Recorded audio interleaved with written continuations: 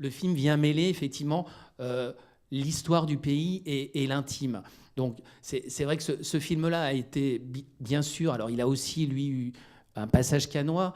Il est passé à Cannes en 2007, donc juste l'année avant Valse avec Bachir. C'est un film qui, effectivement, d'un seul coup, a un retentissement important. C'est un film qui est vu par plus d'un million de spectateurs. C'est un film aussi qui, à ce moment-là, s'inscrit dans l'époque parce qu'il provoque des réactions très fortes donc des autorités iraniennes à travers une fondation qui vient accuser le Festival de Cannes finalement d'avoir fait un acte politique et un acte anticulturel. Et donc à ce moment-là, c'est le Quai d'Orsay qui intervient en disant que le Festival de Cannes ne travaille pas sous les ordres du Quai d'Orsay. Et donc il y a un moment de tension comme ça très fort qui, pour un film qui finalement s'inscrit, lui, comme un film familial, puisque si on se rappelle de l'affiche du film, on a toute la famille qui est réunie autour d'un canapé, il y a les parents, il y a Margie, et puis il y a la grand-mère. Alors que dans les albums, en tout cas quand ils étaient parus, donc, puisque au point de départ, donc, on est une bande dessinée qui est parue à l'association,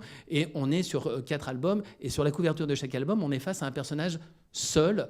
Le tome 4, par exemple, c'est Marjane, donc sur un cheval. Il faut savoir que les héroïnes de l'histoire persane montaient à cheval, et que, évidemment, c'est une image qui vient contredire cette soi-disant décence que le régime des mollahs n'autorise pas aux femmes, donc on ne monte pas à cheval. Si la BD, elle s'inscrivait plus comme ça sur quelque chose d'adulte, le film, lui, vient se proposer comme étant familial. Et bien, tout en étant familial, c'est un film qui, voilà, provoque à ce moment-là beaucoup de réactions très fortes au niveau du gouvernement iranien, mais aussi d'opposants iraniens qui viennent dire, sur un site qui s'appelle Iran Resist, qui viennent dire que, ben voilà, en fait, Marjane Satrapi nous propose sa Bridget Jones voilée, et donc viennent dire que cette fille n'est pas représentative des femmes iraniennes qui, elles, souffrent et qui ne sont pas du tout représentées dans le film.